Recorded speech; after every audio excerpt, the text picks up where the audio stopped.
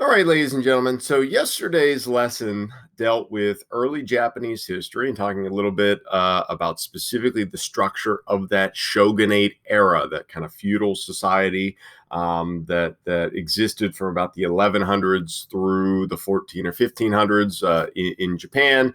And specifically where we left off with things yesterday was by introducing a period of Japanese history that is generally called the Sengoku period. This period where basically you have the overthrow of a shogun by some rival daimyos.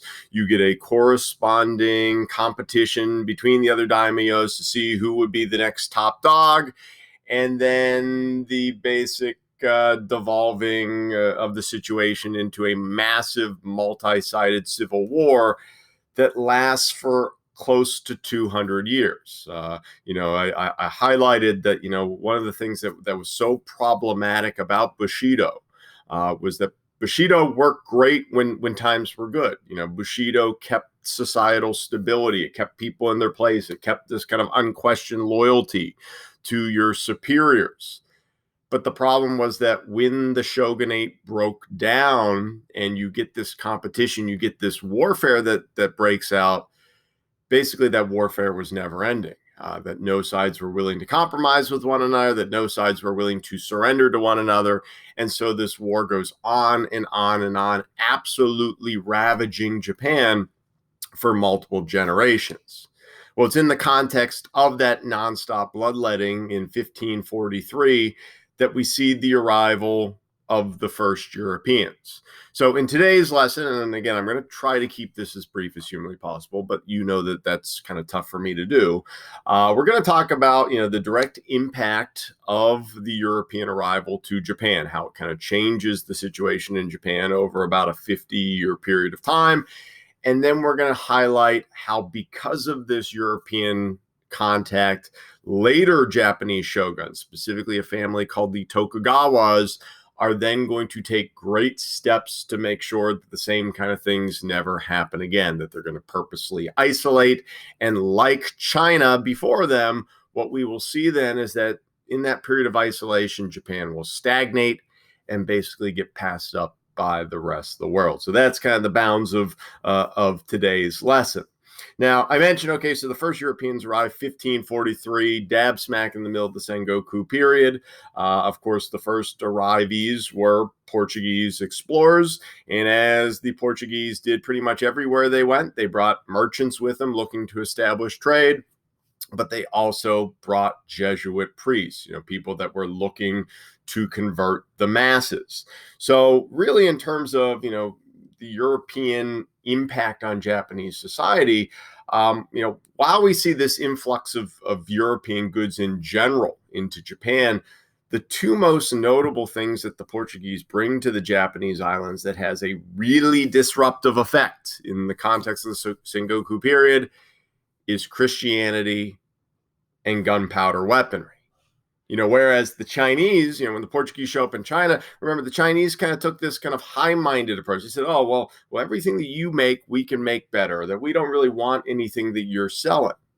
Well, you have to remember that Japan is this kind of peripheral island nation out on the fringe of the known world, that it's a very mountainous environment, that it's a very resource-poor country.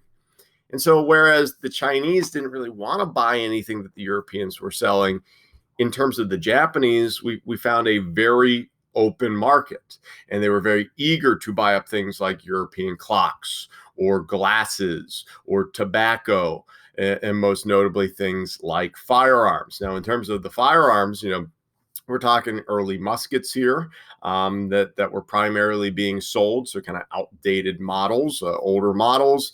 And the Japanese, they wanted to buy these so that they could get a leg up on their adversaries. Hey, they're fighting with katana blades over there. If we buy a bunch of these, European muskets, that should be able to kind of tip the balance of power, that should break this never-ending gridlock in this Civil War period.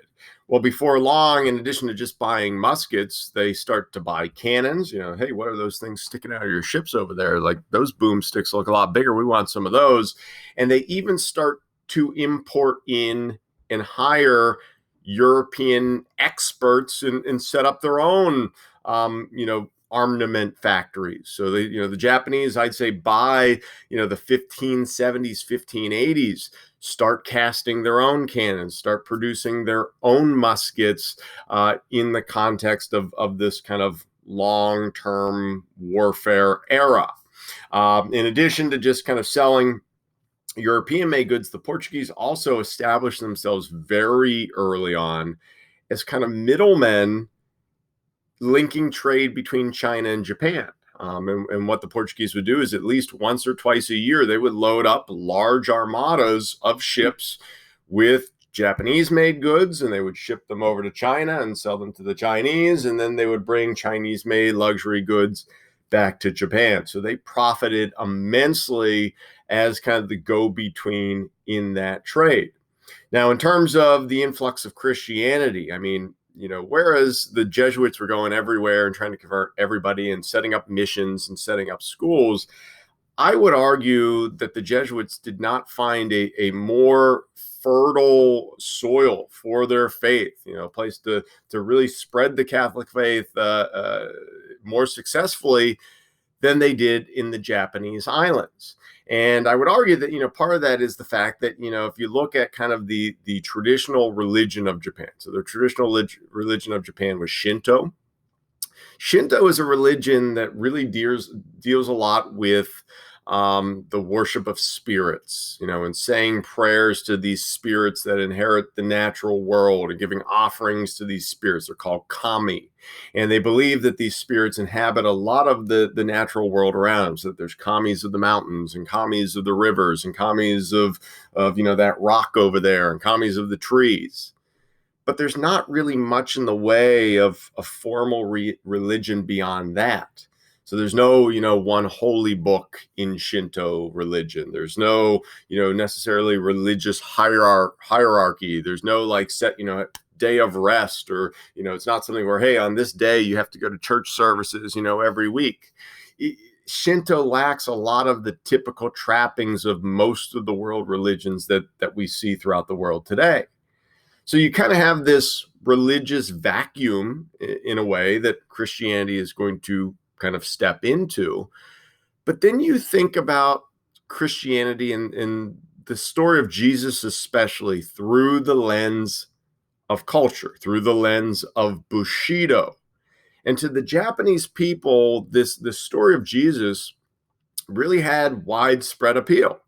I mean, again, you think about it from the perspective of a samurai or from Bushido. It's like, here's Jesus, this person who is sent as this ultimate sacrifice, right? And that he's going to die for you so that you can, reach heaven or the afterlife. And that Jesus, ends up being tortured and he dies in the most, painful way possible. And that he knows that he's going to die, but he shows up, to Jerusalem anyway and ends up being crucified and never complains about it once. To people in Japan, I mean, Jesus of Nazareth was basically like the ultimate samurai. It's like samurai Jesus. And so what we see is within the first 50 years of the Portuguese arrival to Japan, something like 300,000 Japanese people had converted to Catholic Christianity. Now, why this was so significant and why this was viewed as so disruptive by many people in Japan, especially some of these other high-ranking daimyo, especially people like, later shoguns, is that if you are somebody who is Christian, you believe in one God. Your whole religion is monotheistic. You believe in one God. There's no God but God. That's where your worship is all directed toward. You're listening to the priests. You're receiving communion. This does not jive well with state Shinto, belief in kamis and spirits. And this definitely doesn't jive well with the worship of the emperor as this descendant of the sun god. Hey, if you're Christian, you're not believing in the sun god, and you're definitely not viewing the emperor as a divine being on earth. And if, you as a daimyo, if your position, your power all revolves around the shogunate system and that you derive your power from the shogun and that the shogun, is granted as such by the emperor, well, again, it's like having a really unstable house of cards.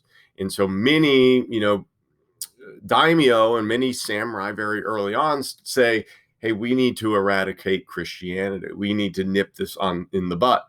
So, I would say that by the 1580s, 1590s, what we see is that the Sengoku Civil War kind of devolves into two camps. That you had one camp that kind of represented the old traditional ways associated with Japanese culture, and that camp of daimyo kind of forms or coalesces around the Tokugawa family. And then you have this other kind of set of daimyo that had converted to Christianity, and thus by extension all of their samurai and all of their followers and all of their people that lived on their lands also had converted to Christianity as well. Well, by 1600, what we see is that one of these two camps ends up finally winning out in this royal rumble, which had been the Sengoku period for 100 and something years. Specifically, that was the side representing the Tokugawa family. And most notably, their leader, the guy who reasserts himself as the next shogun of Japan, was a guy by the name of Tokugawa Ieyasu. And Tokugawa Ieyasu, in addition to just reuniting the state, was very concerned that something like this never happened again. He never wanted to see his nation devolve into nonstop civil war. And so, like, one of the things, for example, that he did to try to ensure the good behavior of the daimyos that served under him was he ends up moving his capital. So, the traditional capital of Japan had always been Kyoto, where the emperor lived. Well, the shogun Tokugawa moves his administrative military capital to what was up to that point a small fishing village, a place called Edo, what we know today by the name Tokyo. And when he moves it there, he requires that all daimyos, all notable samurai throughout Japan, had to live in Edo at least part of the year and had to at least leave their families in the capital when they went back to their home territories for the other half of the year. So basically, he's holding people's families hostage as a way of kind of solidifying his rule. Now, the other thing that he does, and this again is continued by his son and his grandson and future generations of the Tokugawas, is that he institutes a series of edicts that collectively become known by historians by the name the closed country policy. He blamed a lot of the problems that Japan had experienced during that period of chaos at the feet of the Europeans, whether he was rightly blaming him or wrongly blaming him. Again, this war had already been going on. You could argue that the war got worse after the Europeans, and it was in part because of that European influence. But again, they didn't cause the war in the first place. Well, either way, they get 100% of the blame. So I put up here just a small passage of text from one of these edicts. This one's called the Seclusion Edict of 1636. Again, you could say that some of these edicts start from pretty much day one that the Tokugawa shogun takes power. For example, he institutes a lot of other really strict edicts as early as 1612. But I just want you to understand that this isn't something that all happens at once overnight. But you read the text of this edict, and there's a lot in there that he talks about. He talks about, hey, no Japanese ship is permitted to ever leave, and that if some Japanese ship leaves Japan and tries to come back, like, we'll kill everybody, and then we're going to take all your stuff and we're going to seize your ship. And then it stipulates penalties here for hiding Christian priests, and it talks about the fact that the Portuguese are going to be kicked out once and for all, and specifically he references Macau down in China, so we're banishing them to Macau, and that nobody's allowed to buy stuff from foreigners.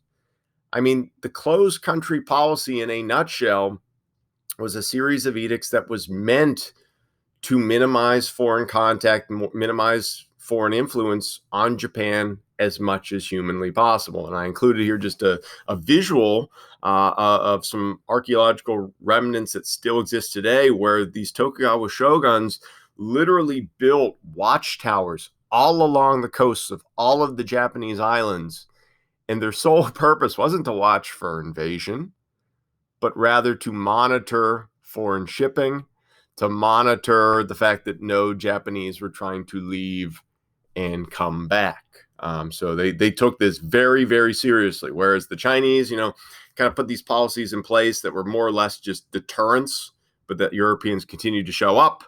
In the case of the Japanese, it was no tolerance. It was policies with intensity that, hey, if you set foot in Japan and you're not supposed to be here, we are going to kill you on the spot. And they end up, again, enforcing these policies for a total of 214 years, all the way until 1853. Now, I wrote here on this kind of final slide just a basic summation of all of the edicts that became part of the closed country policy, what they basically called for.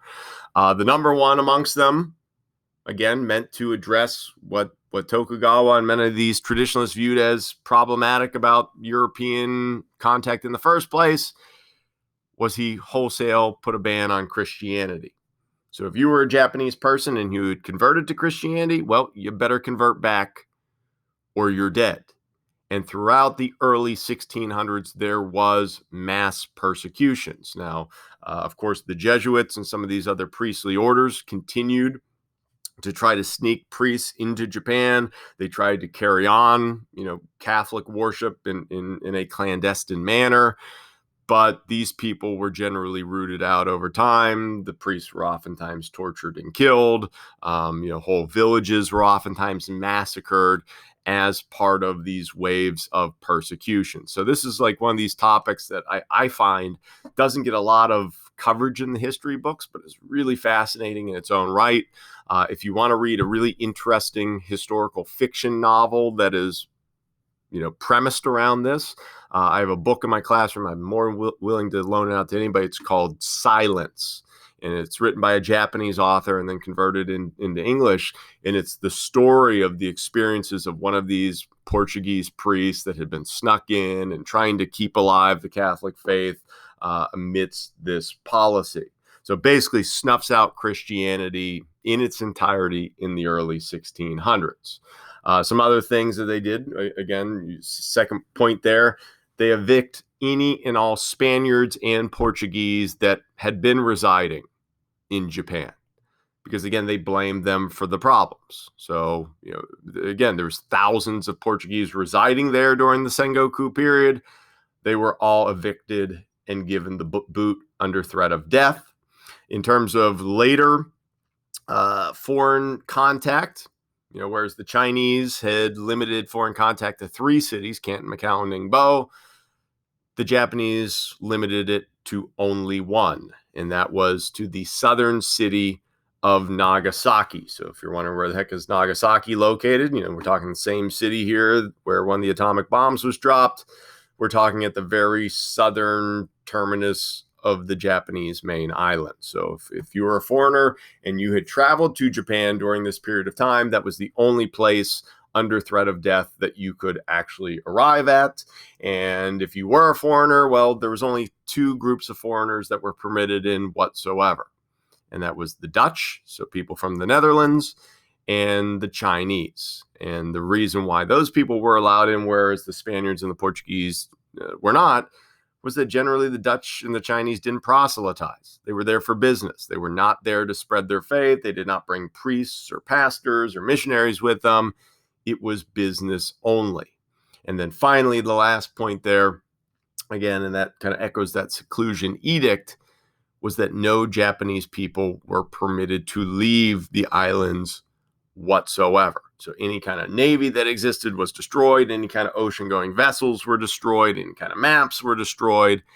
And basically, Japan 100% cuts itself off from the rest of the world for 214 years.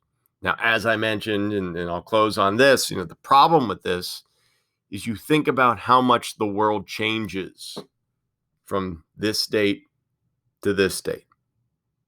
1600s, you still got, the use of a lot of hand-to-hand combat and warfare. You still got kind of the trappings of feudalism over in Europe. You still have really no understanding of modern medicine. You have a society that much more is similar to the Middle Ages than anything else. And then you look at the way that things were by the 1850s. By the 1850s, you have the Industrial Revolution. You have railroads. You have the discovery of things like germ theory and gains in terms of medicine. You have massive gains in terms of military technology, right? I mean, 1853, we're almost to the cusp of the American Civil War. So the whole world lurches forward significantly in terms of progress and innovation. And what happens in Japan? They basically press the pause button for 214 years. And that is going to make them absolutely ripe for foreign exploitation and to be kind of muscled around by other countries. So we'll stop there. And tomorrow when we come in, we will go ahead and turn our attention west for the first time. So up to this point, we've been looking at all things east, right? We looked at the Middle East, we looked at India, we looked at China, we've looked at the Portuguese and their journeys to the east. Tomorrow we'll start to look west and specifically look at the Spanish and what causes them to look across the ocean blue in 1492. So I'll see you then.